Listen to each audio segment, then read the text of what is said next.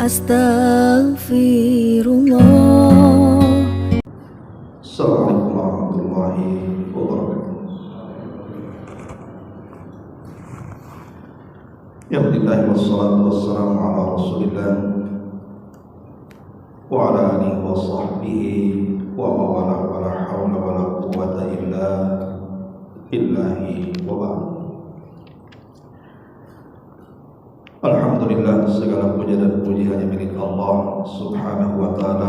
Salawat dan juga salam kita hadiahkan kepada Rasul kita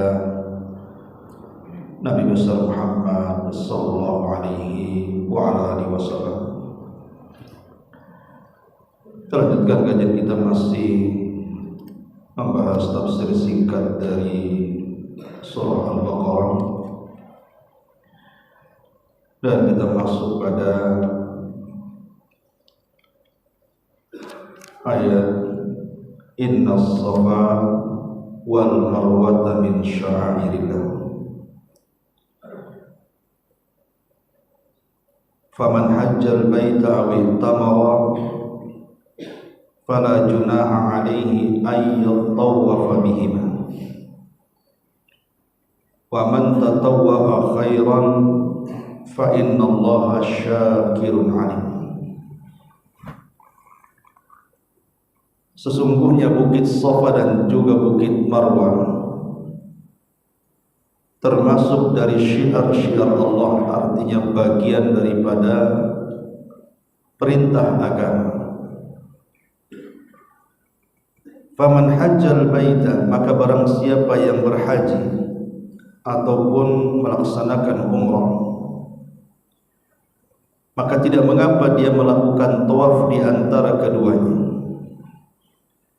Dan barang siapa yang melakukan kebaikan ataupun melaksanakan ibadah sunnah, maka itu lebih baik bagi dia, karena Allah zat yang maha syakir, bersyukur, dan alim, maha mengetahui. Waktu fidir muliakan Allah Subhanahu wa ta'ala, ayat ini bicara tentang satu ibadah di dalam manasik haji dan umrah yang disebut dengan sa'i. Dan sa'i itu bagian daripada syiar-syiar Allah Subhanahu wa ta'ala, artinya bagian daripada agama Allah. Karena ketika Allah mengatakan sesungguhnya Bukit Safa dan Marwah itu bagian daripada syiar Allah, bukan bukitnya. Kalau bukitnya bukan syiar-syiar Allah, tapi ibadah di bukit itu, maksudnya ibadah sa'i. Dan kita tahu bahwa Safa itu bagian daripada Bukit Abi Qubais, dan Marwah itu bagian daripada Bukit Qayqi'an.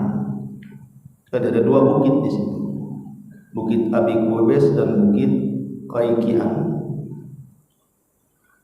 Dulu bukit itu tinggi, tapi kemudian akhirnya diratakan oleh kerajaan Saudi.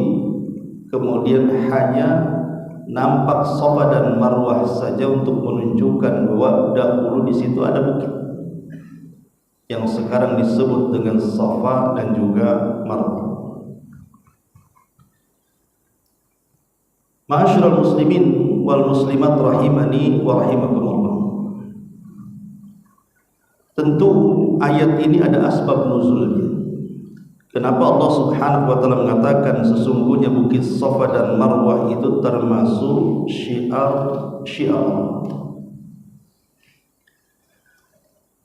Di zaman jahiliyah kita tahu bahwa sekitar Safa dan Marwah itu ada berhala.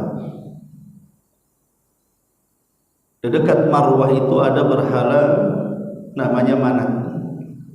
Makanya ada berhala-berhala yang disembah oleh orang-orang Quraisy jahiliyah itu. Di sana ada Hubal, ada Uzza, ada Manat, dan macam-macam berhala. Sebagaimana di sekitar Mekah pun atau di sekitar Ka'bah juga banyak berhala. Bahkan di sekitar Ka'bah itu 350 berhala lebih yang ditumbangkan saat Fatu Mekah. Lah kebetulan di Safa itu ada berhala namanya Saif, dan di Marwah itu ada berhala namanya Na'ilah, atau disebut dengan berhala Saif dan Na'ilah. Kita cerita sedikit tentang siapa Saif dan Na'ilah. Kenapa jadi berhala di situ? Jadi dahulu di Yaman ada seorang anak muda namanya Saif dan seorang wanita namanya Na'ilah. Saif dan Na'ilah ini jatuh cinta. Kemudian keduanya berjanji untuk menikah.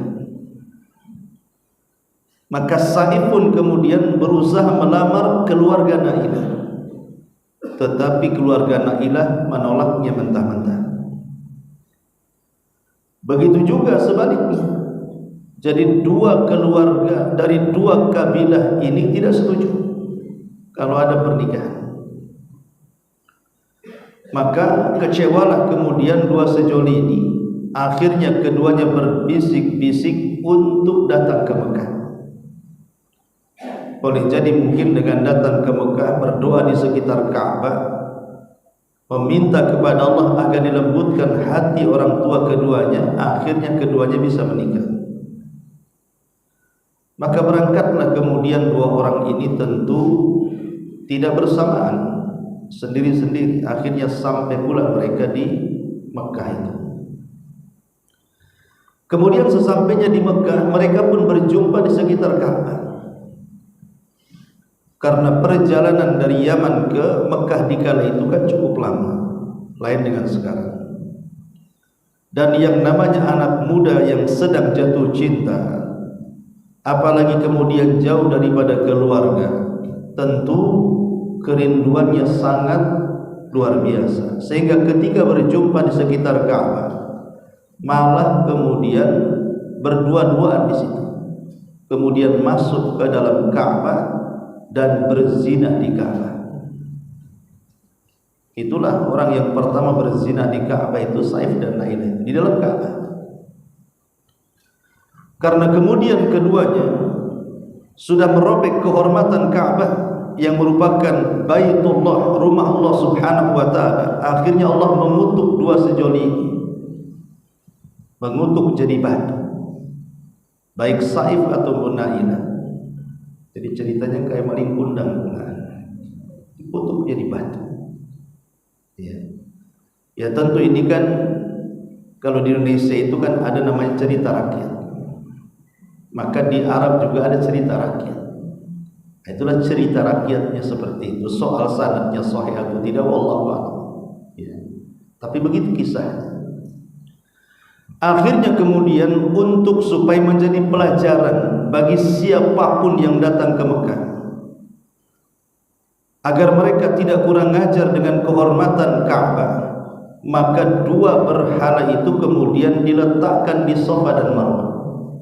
Saif diletakkan di Safa, Na'ilah diletakkan di Marwah, supaya menjadi bahan pelajaran bagi orang-orang yang sedang tawaf dan sa'i, bahwa jangan sampai merobek kehormatan Ka'bah.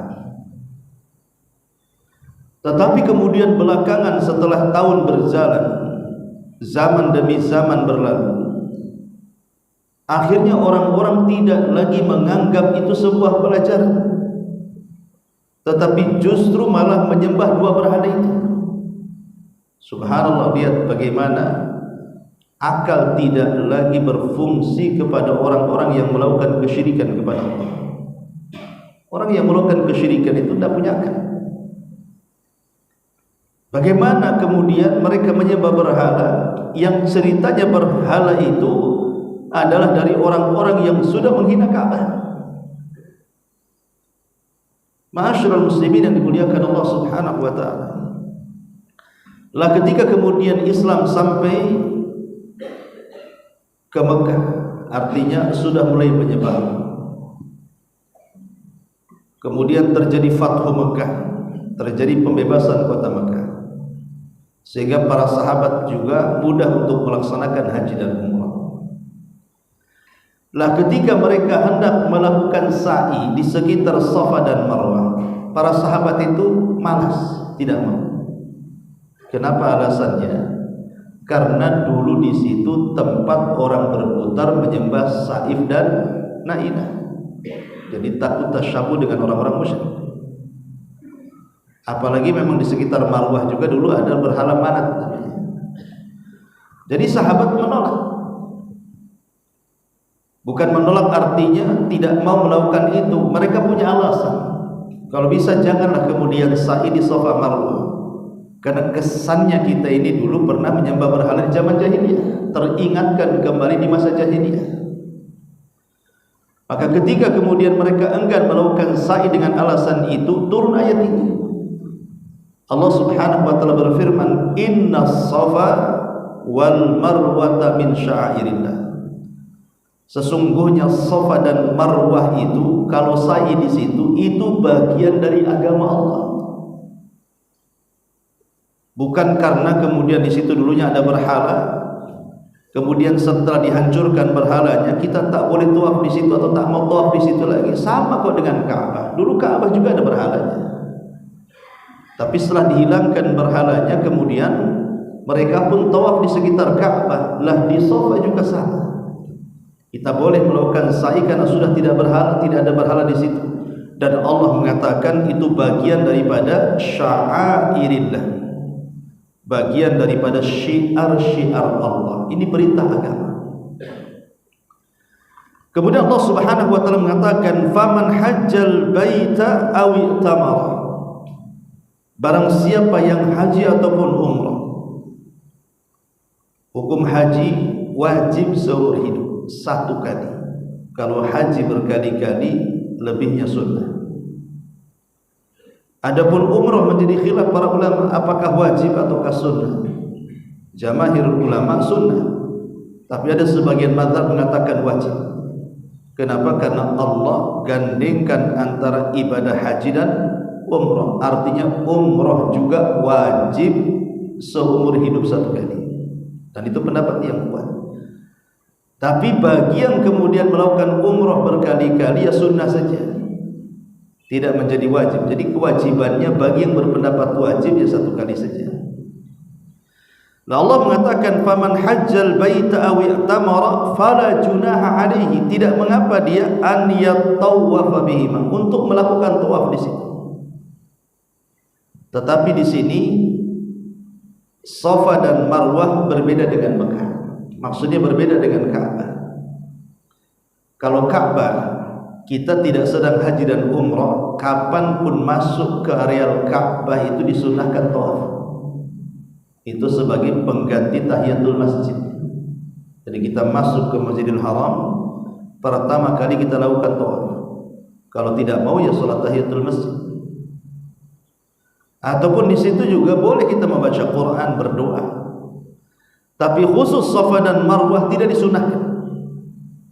Safa dan Marwah itu disunnahkan tawaf di situ, artinya sa'i, saat pelaksanaan ibadah haji dan umrah saja.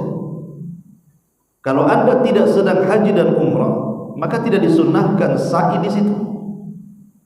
Itulah bedanya tawaf di Ka'bah dengan tawaf di Safa Marwah. Kenapa? Karena di sini digandengkan dengan ibadah. Faman hajjal baita, barang siapa yang haji ke Baitullah, aw i'tamar ataupun umrah, fala junaha, tidak mengapa alaihi atasnya an yatawafa bihima, untuk tawaf di antara keduanya.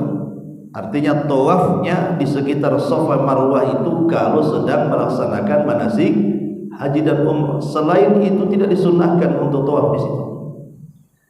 Beda dengan Ka'bah. Kapan-kapan pun kita bisa tawaf di situ.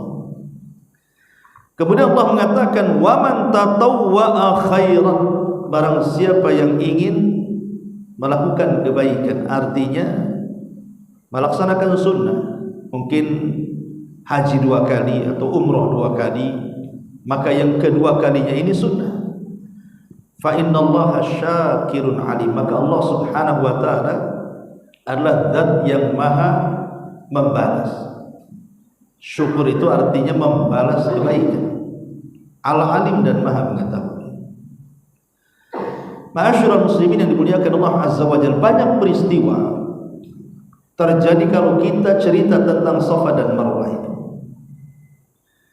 Pertama, cerita tentang umat dulu. Kita tahu bahwa kalau kita singgung soal Safa dan Marwah berarti kita diingatkan dengan kisah Abul Anbiya, kisah bapaknya para nabi. Siapa bapaknya para nabi? Ibrahim alaihi salatu wassalam. Jadi saat Ibrahim alaihi salatu wassalam membawa Siti Hajar dengan putranya Ismail dari Palestina menuju Mekah, tentu atas perintah Allah ya. Tiba-tiba kemudian Ibrahim meletakkan Hajar itu di sebuah bukit, di sebuah lembah yang terapit dengan dua bukit. Di situ tidak ada tanaman, di situ tidak ada makanan, di situ tidak ada minuman, bahkan tidak ada manusia yang lewat di situ.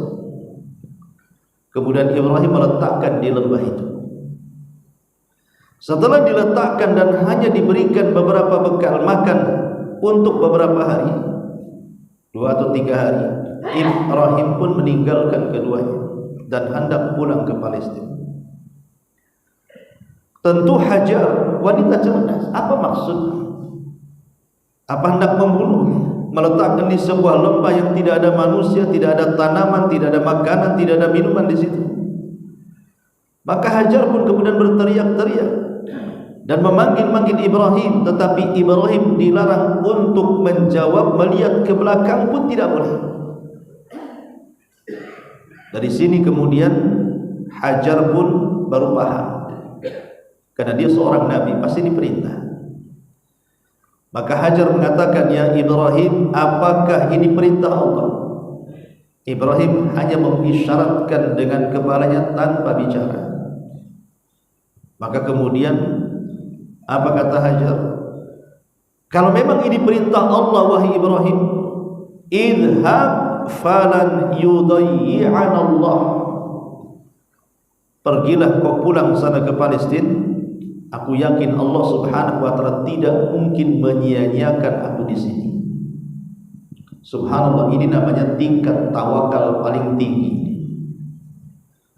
Tingkat tawakal paling tinggi inilah Hajar, yang tidak semua mampu melakukannya, tidak laki-laki, tidak perempuan. Bagaimana coba dia menyerahkan urusannya kepada Allah Subhanahu wa taala? Sangat yakin, wa man yatawakkal 'ala Allah fa huwa hasbuh. Siapapun yang menggantungkan hatinya kepada Allah, dia yakin Allah akan mencukupi kebutuhannya.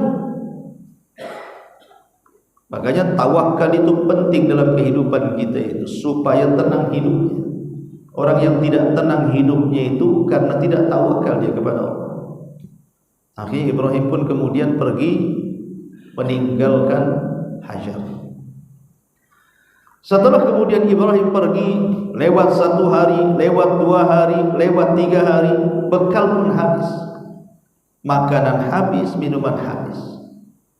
Kalau seandainya kemudian Hajar ini tidak mencari makanan dan minuman, tentu mereka akan mati kelaparan di lembah itu. Apalagi kemudian membawa anak kecil yang menangis. Maka Hajar pun kemudian mulai panik ketika habis airnya. Air minumnya habis, dia panik. Maka dia berusaha untuk mencari air minum. Larilah dia dari tempat itu ke sebuah bukit. Itulah yang disebut dengan Bukit Abi Qubais. Naik dia ke Bukit Abi Qubais, yang sekarang jadi istana raja.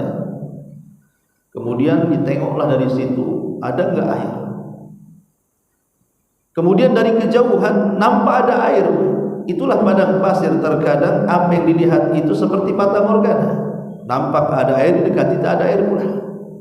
Lari dia ke Bukit Qayqi'an itu. Sampai di Bukit Qayqi'an itu, yang sekarang jadi Marwah, tak pun ada air di situ. Akhirnya balik lagi ke Safa, balik lagi ke Marwah, bolak-balik sampai 7 kali putaran. berawal dari Safa, berakhir di Bukit Marwah, berawal dari Bukit Abi Qubais, berakhir di Bukit Qayqi'an itu. Kemudian karena takut anaknya, kenapa dia pun kemudian melihat putranya balik ke tempat semula. Rupanya di situ sudah ada Jibril yang menancapkan satu sayapnya ke bumi di dekat kaki Ismail. Tiba-tiba kemudian memancarkan air yang sangat deras sekali. Lah karena takut air itu kemudian kemana-mana, maka kemudian Hajar pun membendung air itu dengan tanah dan mengatakan zam, zam, zam. Zam itu artinya mengumpulkan air untuk mengumpulkan tanah untuk membendung air, itu namanya zam. Ambil tanah, taruh zam, zam, zam gitu ya. Maka airnya sekarang disebut air Zam-Zam. Nah ketika itu kemudian lama setelah kemudian hanya meminum air Zam-Zam, dan ini menunjukkan kata Nabi SAW itu air Zam-Zam itu bisa mewakili makanan. Jadi walaupun tidak makan minum Zam-Zam saja sudah cukup. Bahkan ada seorang sahabat itu 1 bulan tidak makan minum air Zam-Zam saja karena kehabisan bekal di jalan, tidak mati. Itulah barokahnya air Zam-Zam itu. Karena air Zam-Zam sendiri air yang diberkahi. Bahkan Rasul mengatakan ma'u Zam-Zam lima syuriba lahu. Air Zam-Zam itu akan mengabulkan setiap peminumnya. Lah kemudian selang beberapa waktu setelahnya, yang namanya sudah ada air, tentu burung dari mana-mana ada, pengen minum juga dari Zam-Zam itu. Lewatlah satu kabilah namanya Jurhum. Kok ada burung di situ? Pasti ada air. Karena orang-orang gurun pasir tentu paham. Akhirnya kemudian diutuslah beberapa orang dari Jurhum itu untuk melihat di kerumunan burung itu. Rupanya di situ ada air dan seorang wanita dan anak kecil. Dan suku Jurhum itu suku Yaman yang sangat terkenal akhlaknya. Kalau mereka mau merampas air itu bisa saja membunuh Hajar, membunuh Ismail. Tapi mereka punya akhlak. Mereka minta izin untuk meminta air, tetapi Hajar mengizinkan dengan barter makanan. Dari situlah akhirnya selama kabilah Jurhum lewat di situ, maka Hajar pun selalu mendapatkan makanan dengan cara membarter dengan air Zam-Zam. Begitulah barang siapa yang bertawakal kepada Allah, maka Allah akan cukupi kehidupannya. Yang ingin saya katakan adalah peristiwa ketika Hajar itu mencari air kemudian lari ke Bukit Abi Qubais yang sekarang disebut Safa, kemudian juga lari ke Bukit Qayqi'an yang disebut dengan Marwah hari ini, lah itulah yang kemudian menjadi manasik sa'i, baik dalam pelaksanaan haji ataupun pelaksanaan umrah. Ada namanya ibadah sa'i setelah tawaf, dan jaraknya tidak jauh dari Ka'bah. Ini peristiwa pertama. Peristiwa kedua, di zaman Nabi SAW, orang-orang jahiliyah, ketika Nabi SAW di permulaan dakwah itu berusaha untuk mengislamkan orang-orang jahiliyah. Qulu la ilaha illallah tuflihu. Kalian mengucapkan kalimat la ilaha illallah, pasti kalian akan selamat. Tetapi mereka mengatakan aja'alal alihata ilaha wahid inna hadzal syai'un ujab. Bagaimana mungkin kami menyembah Tuhan yang satu dan membuang Tuhan yang banyak ini? Mustahil.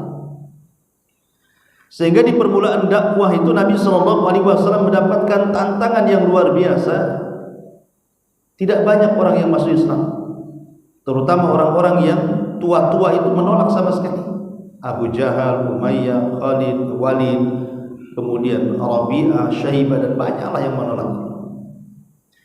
Sehingga kemudian mereka pun ingin datang kepada Nabi SAW mempertanyakan soal mukjizat. Namanya Nabi itu kan harus punya mukjizat. Mereka mengatakan, ya Muhammad, kalau engkau mengaku seorang Nabi, mana mukjizatmu, mana keanehan? Kok tidak ada? Kalau tidak punya, apa bedanya engkau dengan kami? Kemudian Nabi SAW mengatakan, baik kalau seandainya Allah perlihatkan mukjizat itu kepada kalian bahwa aku seorang nabi, apa konsekuensinya? Maka mereka mengatakan, kami siap beriman. Akhirnya kemudian Rasul mengatakan, apa yang kalian kehendaki? Rupanya di luar nalar Nabi SAW, mereka meminta bulan dibelah menjadi dua. Ya Muhammad, kami minta bulan yang di atas itu kau belah jadi dua. Coba bayangkan, permintaan yang mustahil. Kalau belah kue, nah ini belah bulan, gimana caranya? Ya. Tapi Nabi SAW tidak menolak permintaan itu. Nabi SAW berusaha berdoa kepada Allah Subhanahu Wa Taala agar mengabulkan keinginan orang-orang Quraisy itu, karena mereka berjanji akan beriman. Subhanallah. Betul-betul Allah kabulkan dengan isyarat tangan Rasul. Bulan itu terbelah menjadi dua. Yang separuhnya tetap menggantung di langit, yang separuhnya jatuh tepat di atas bukit Abi Qubais, atau dekat sekarang disebut bukit Safa. Jadi belahannya itu jatuh di atas bukit Safa, bukit Abi Qubais. Dan ingat bahwa ini bukan sihir, ini mukjizat. Disaksikan bukan hanya orang Mekah, tetapi disaksikan semua manusia di dunia. Ketika orang-orang Quraisy kemudian menganggap ini bagian sihir daripada Nabi SAW, jangan-jangan Muhammad itu menggunakan sihirnya sehingga mata kami silap di sini, seolah-olah melihat bulan itu terbelah dua, padahal tidak. Baik kalau gitu, kita akan tanyakan kepada orang-orang yang datang dari Syam. Tunggu orang-orang yang dari Syam itu, yang dari Palestina, yang dari Syam itu, apakah mereka melihat yang sama dengan yang kami lihat di sini?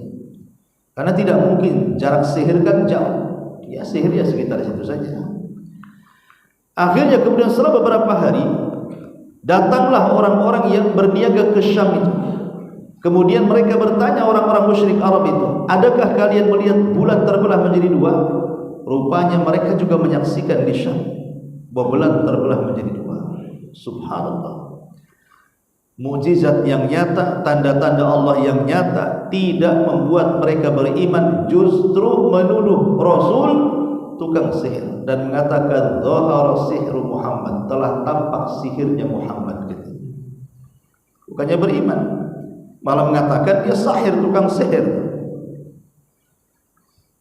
Ma'asyiral muslimin wal muslimat rahimani wa rahimakumullah. Dari sini menunjukkan bahwa di Bukit Safa ini banyak peristiwa terbelahnya bulan menjadi dua. Makanya Allah mengatakan iqtarabatis sa'atu wan syaqqal qamar, telah dekat hari kiamat ketika bulan terbelah menjadi dua. Ini peristiwa yang kedua. Peristiwa yang ketiga, di Bukit Safa inilah Nabi SAW membuat markas pertama kali di permulaan dakwah. Karena di bukit ini ada satu rumah yang kita kenal dalam sejarah, rumah Arqam ibn Abi Arqam. Arqam ibn Abi Arqam ini, itu rumahnya di atas Bukit Safa, dekat dengan Ka'bah. Di rumah itulah Nabi SAW berkumpul bersama para sahabat, membicarakan dakwah. Yang mengherankan adalah pemilik rumah itu namanya Arqam Ibn Abi Arqam. Itu anak muda, usianya masih belasan tahun, ya sekitar 16, 17, anak muda. Dan itulah satu-satunya anak muda yang masuk Islam dari kabilah Bani Mahzum. Bani Mahzum itu kabilahnya Abu Jahal. Dan permusuhan Abu Jahal dengan Rasul, paham lah ya kan, dalam sejarah luar biasa. Lah ketika itu kan Abu Jahal dan juga orang-orang yang mengancam siapapun yang ada hubungan dengan Muhammad, maka mereka akan merasakan akibatnya. Bisa disiksa, bisa dibunuh. Subhanallah, coba bayangkan. Allah kemudian membuat lembut seorang anak muda dari kabilah Abi Jahal membuka rumahnya untuk dijadikan markas di atas Bukit Safa. Dan Nabi SAW setiap mendapatkan satu orang yang masuk Islam, maka akan diajari Islam di dalam rumah itu. Coba bayangkan 3 tahun tidak ada orang yang tahu. Ketika dakwah Siriyah itu disitulah tempat markas dakwahnya.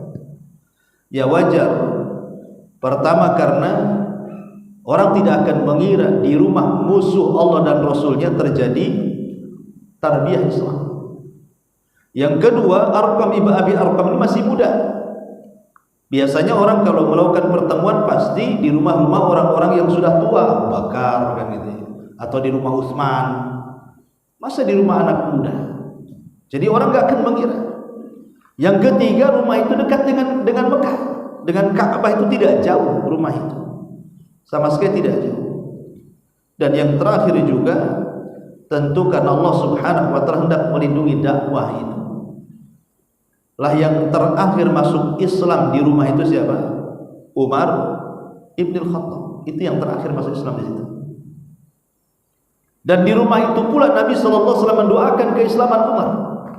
Allahumma izzal Islam bi Umaraini, ya Allah muliakan Islam dengan 2 Umar. Maksudnya Abu Jahal dan Umar bin Khattab.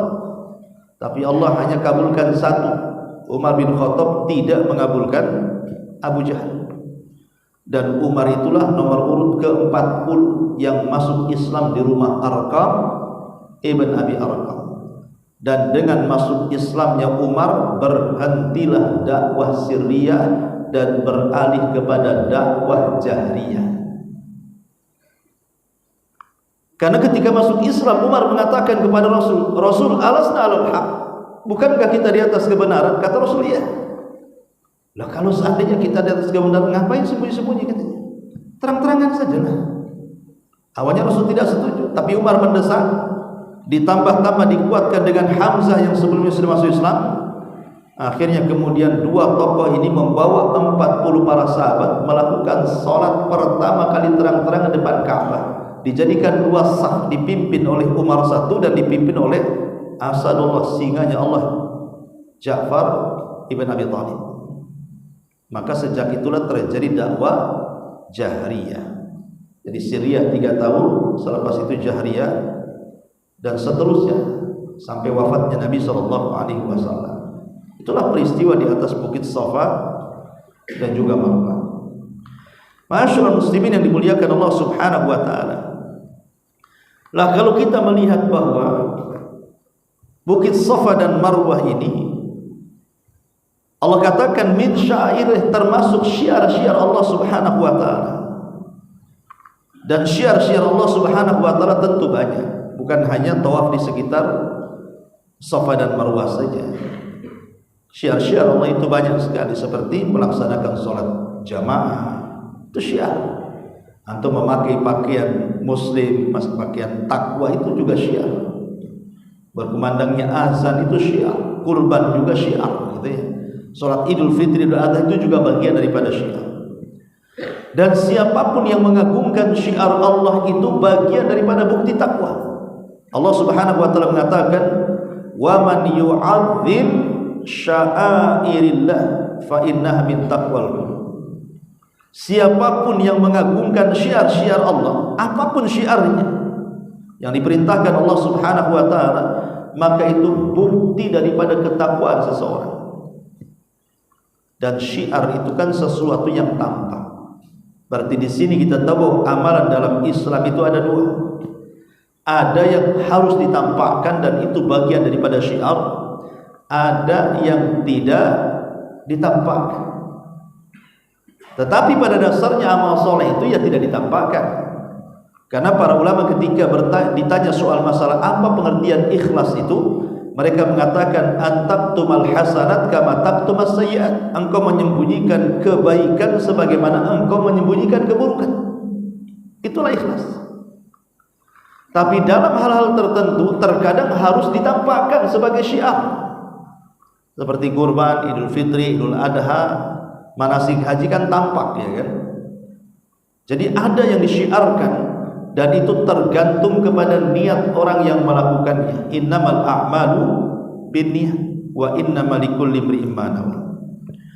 Kemudian Allah Subhanahu wa taala mengatakan, "Faman hajjal baita aw i'tamara." Barang siapa yang melaksanakan haji ataupun umrah.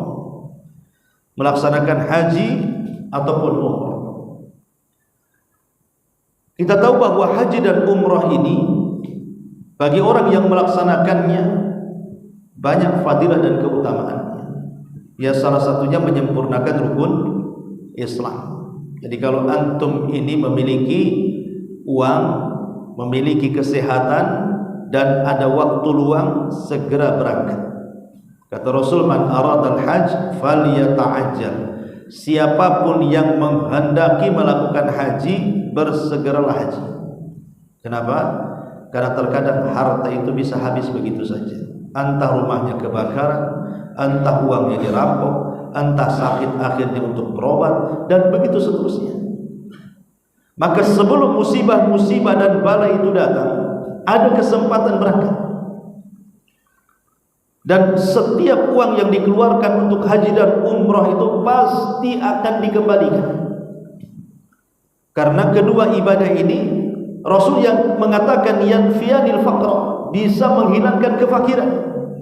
Maknanya bahwa uang yang sudah kita keluarkan untuk haji dan umrah itu nanti Allah ganti itu. Percaya Allah ganti. Karena dua ibadah ini bisa menghilangkan kefakiran. Dan ini harus diyakini tentang kewajibannya, karena banyak orang-orang kaya yang sanggup haji tak mau haji. Alasannya, buat apa haji umrah, habisin duit saja, sudah susah cari uang, habis pula di situ gitu. Dia belum pernah merasakan lezatnya ibadah, padahal dia seorang muslim. Ma'asyiral muslimin yang dimuliakan Allah Azza wa Jalla. Kemudian Allah mengatakan fala junaha alaihi an yattawafa bihima, maka tidak mengapa dia melakukan tawaf di antara Safa dan Marwah. Wa man tatawwa'a khairan fa innallaha syakirun alim. Barang siapa yang kemudian melakukan kebaikan di tempat itu, maka itu lebih baik, karena Allah zat yang maha syakir. Nama Allah itu Asy-Syakir dan Syakur. Quran menyebutnya Syakur, ada juga Syakir. Kita tahu bahwa bersyukurnya manusia itu berbeda dengan bersyukurnya Allah kepada kita. Kalau bersyukurnya manusia, umpamanya ada orang yang berbuat baik kepada kita, atau kepada keluarga kita, atau kepada anak kita, atau kepada orang tua kita, tentu kita akan berterima kasih. Jadi tidak mesti antum berbuat baik kepada saya. Bisa saja antum berbuat baik kepada orang tua saya, kepada anak saya, kepada istri saya, kepada keluarga saya, maka saya sangat bersyukur. Tetapi Allah Subhanahu wa taala tidak demikian. Allah itu hanya akan membalas syukur itu kepada orang yang berbuat baik khusus dirinya saja. Karena Allah tidak berhajat dengan kita. Kita yang berhajat dengan Allah Subhanahu wa taala. Tetapi sebagai balasan dari Allah Subhanahu wa taala, karena kita sudah berbuat baik kepada dengan cara mentaati Dia dan beribadah kepada Allah, terkadang balasan itu dalam bentuk pertama Allah lipat gandakan pahalanya. Mungkin dari satu ibadah Allah lipat gandakan menjadi 10 kali lipat, atau mungkin menjadi 700 kali lipat, atau mungkin lipatannya tanpa batas. Ini yang pertama. Atau terkadang dalam bentuk seluruh kesalahan-kesalahan kita itu akan dihapuskan oleh Allah Subhanahu wa taala. Atau terkadang Allah Subhanahu wa taala mengganti dengan sesuatu yang jauh lebih baik lagi.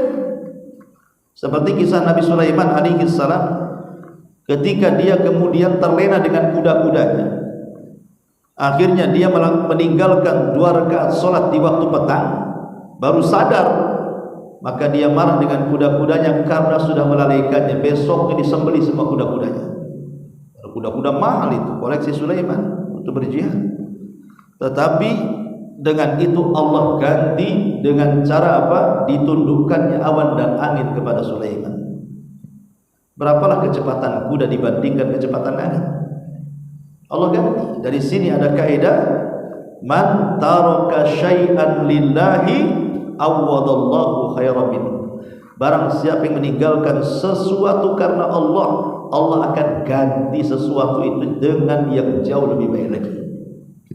Jangan takut meninggalkan sesuatu. Anda umpamanya bekerja, Di sebuah instansi di situ banyak ribanya, banyak haramnya, banyak kezalimannya, antum tak tahan di situ. Kalau meninggalkan pekerjaannya lillah karena Allah, ingin mendapatkan pekerjaan yang lebih mulia, yang lebih halal, yang lebih baik lagi, Allah akan ganti. Tapi kalau pindahnya, di sini gajinya sama sih di sana, tapi cuma di sini agak ribet aja. Berarti meninggalkan bukan karena Allah, karena gaji saja. Ya, Allah dia akan mendapatkan apa yang dia inginkan saja. Tapi kalau meninggalkan ya karena Allah Subhanahu wa taala yakin Allah akan datangkan yang jauh lebih baik, tidak mesti dalam bentuk bilangan, bisa saja dalam bentuk berkah. Allah ganti dalam bentuk berkah. Mungkin di sini sih memang banyak uangnya, di situ tidak banyak, tetapi karena keberkahannya justru yang tidak banyak lebih mencukupi dibandingkan yang banyak. Jadi itulah bentuk berterima kasihnya Allah kepada kita. Padahal Allah tidak berhajat dengan kita, tapi Allah Subhanahu wa taala tetap memberikan pahala kepada kita, menghapuskan dosa-dosa kita, bahkan kemudian mengganti dengan sesuatu yang lebih baik di dunia. Bahkan di akhirat Allah sudah sediakan surga yang penuh dengan kenikmatan yang tidak pernah dilihat mata, didengar telinga, bahkan terlintas dalam pikiran manusia pun tidak bisa dibayangkan. Adapun kemudian alim, Allah Maha mengetahui. Allah Maha mengetahui apa yang ada pada diri manusia, baik yang telah berlalu, baik yang sedang dilakukan, baik yang akan datang, Allah tahu. Atau perkara-perkara yang mustahil terjadi, kalau terjadi Allah tahu. Allah itu mengetahui segalanya, dan pengetahuan Allah itu meliputi segalanya. Terkadang pengetahuan kita ini terlupakan dengan berjalannya zaman ini. Contoh umpamanya, mungkin 1 tahun kemarin kita ini pernah jalan kemana? Mungkin 1 tahun kemarin itu saya pernah ngajar kitab apa? Kemudian saya tanya, tahun kemarin kita ngajar kitab apa ya? Terkadang kita sudah lupa. Jangankan bicara tahun kemarin, pelajaran minggu kemarin yang saya ajarkan saja itu sudah lupa. Pengetahuan kita ini terbatas. Kadang-kadang hanya ini umpamanya hari ini saya ngaji nih, saya jelaskan sama antum, mungkin dapatlah pengetahuan, tapi besok mungkin lupa lagi. Terkadang harus diingatkan. Tapi Allah Subhanahu wa taala itu pengetahuannya sangat dalam. Terkadang Allah yang mengingatkan kita kelak pada hari kiamat. Allah mengingatkan kita, bukankah engkau sudah melakukan ini dan itu? Bukankah engkau sudah melakukan ini? Itu Allah ingatkan kita. Karena pengetahuan kita berbeda dengan pengetahuan Allah. Seperti dalam hadis Al-Arad itu, hisab yang mudah. Ketika ada seorang hamba dihadapkan kepada Allah, kemudian ditutupi tabirnya di antara dia dan manusia, hanya dalam tabir itu dia dengan Allah saja. Kemudian Allah bertanya, bukankah aku sudah berikan nikmat ini itu, nikmat ini itu? Kata hamba ini, iya. Ya. Allah yang ingatkan. Karena pengetahuan seorang hamba itu terbatas, jika harus diingatkan. Tapi pengetahuan Allah ini alim. Alim itu wazan fa'il dalam bahasa Arab. Wazan fa'il itu artinya tufidu ad-daimumah, sesuatu yang memiliki faedah terus menerus dan tidak terputus. Seperti namanya tawil, tinggi, ya tinggi terus. Qasir, pendek, ya pendek terus. Tapi kalau namanya jau'an, menggunakan kata kerja ataupun wazan fa'lan namanya kan, jau'an, lapar, kalau makan jadi kenyang. Ya, atau kaslan, malas, kalau namanya rajin, hilang pula malasnya. Tapi kalau wazan fa'il, alim, dan rata-rata nama-nama Allah itu menggunakan wazan fa'il. Alim artinya pengetahuannya terus menerus dan tidak pernah akan lupa. Itulah nama Allah Subhanahu wa ta'ala al-alim. Fa innallaha syakirun alim, karena sungguhnya Allah syakir. Allah itu maha membalas. Dan di sini ada faedah bahwa kalau nama Allah Subhanahu wa ta'ala itu dalam bentuk jamalah, nama Allah itu dalam bentuk nama-nama yang indah, maka kita dianjurkan untuk menirunya. Tapi kalau nama Allah itu dalam bentuk jalalah, dalam bentuk keagungan, maka kita tidak boleh mengikutinya, justru kita harus mengikuti kebalikannya. Contoh apa banyak? Nama Allah Jalalah. Allah itu mutakabbir, zat yang maha sombong. Kita tidak boleh ikut sombong, karena itu nama Allah Al-Jalalah namanya. Berarti kita harus melakukan kebalikannya. Apa kebalikan sombong?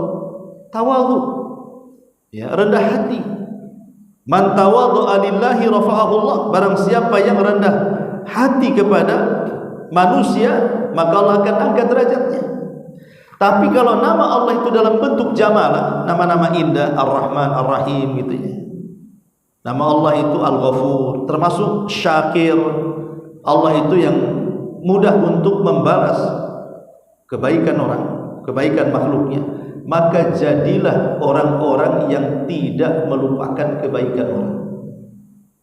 Jangan sampai kita ini menjadi orang-orang yang mudah melupakan kebaikan orang dan tidak tahu berterima kasih. Baik orang-orang yang telah berjasa kepada kita itu orang tua kita, baik orang-orang yang berjasa kepada kita ini teman-teman kita atau guru-guru kita, atau orang-orang yang tidak kita kenal tiba-tiba berbuat baik. Jangan pernah kita melupakan kebaikan mereka. Kalau bisa kita balas jauh lebih baik lagi. Kalau tidak bisa setara. Dan kalau tidak bisa sama sekali, doakan kebaikan untuk mereka. Kalau mereka masih hidup, kita katakan semoga Allah menjaga mereka. Kalau mereka sudah tiada, kita katakan semoga Allah merahmati mereka. Makanya lihat para ulama itu kalau membaca kitab ulama dulu, biasanya kalau pengarangnya sudah meninggal, maka mereka mengatakan rahimallah. Qala al-muallif rahimahullah. Berkata pengarang, semoga Allah merahmati dia. Tapi kalau dia masih hidup, qala al-muallif hafizahullah. Semoga Allah menjaga dia. Begitulah bentuk syukur kalau kita tidak bisa memberikan yang terbaik, minimalnya doa kebaikan untuk mereka. Karena Nabi SAW itu tidak pernah melupakan kebaikan manusia. Contoh untuk